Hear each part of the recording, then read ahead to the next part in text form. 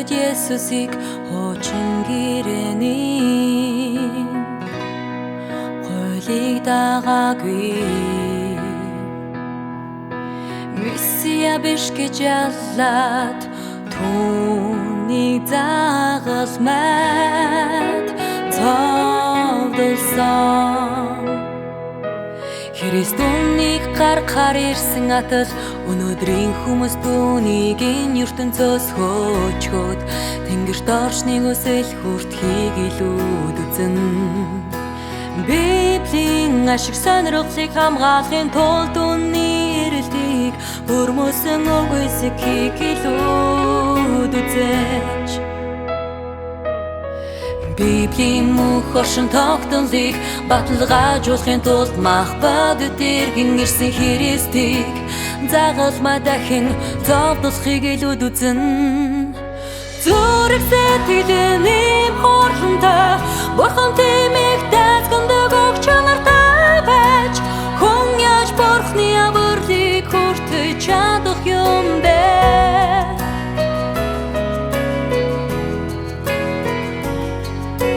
Бурхан хүмүүсийн дунд амьдардаг атал хүн Бурханы оршин байгааг мэддэггүй Ор дээрэн гэрлээ тусгах үед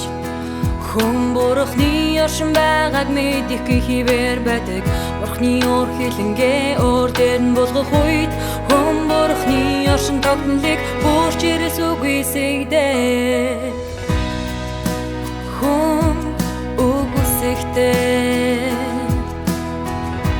Библиэд нийцгээр гадаг Гэхдээ үнэнтэй нийцэлтэй байх замыг хахаар Нэг ч хүн Бурханы өмнө хэрдэггүй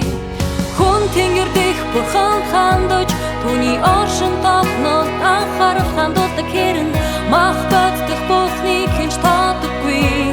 Учир нь хүмүүсийн дунд амьдардаг Тэр зүгээр л дэндүүч үхэн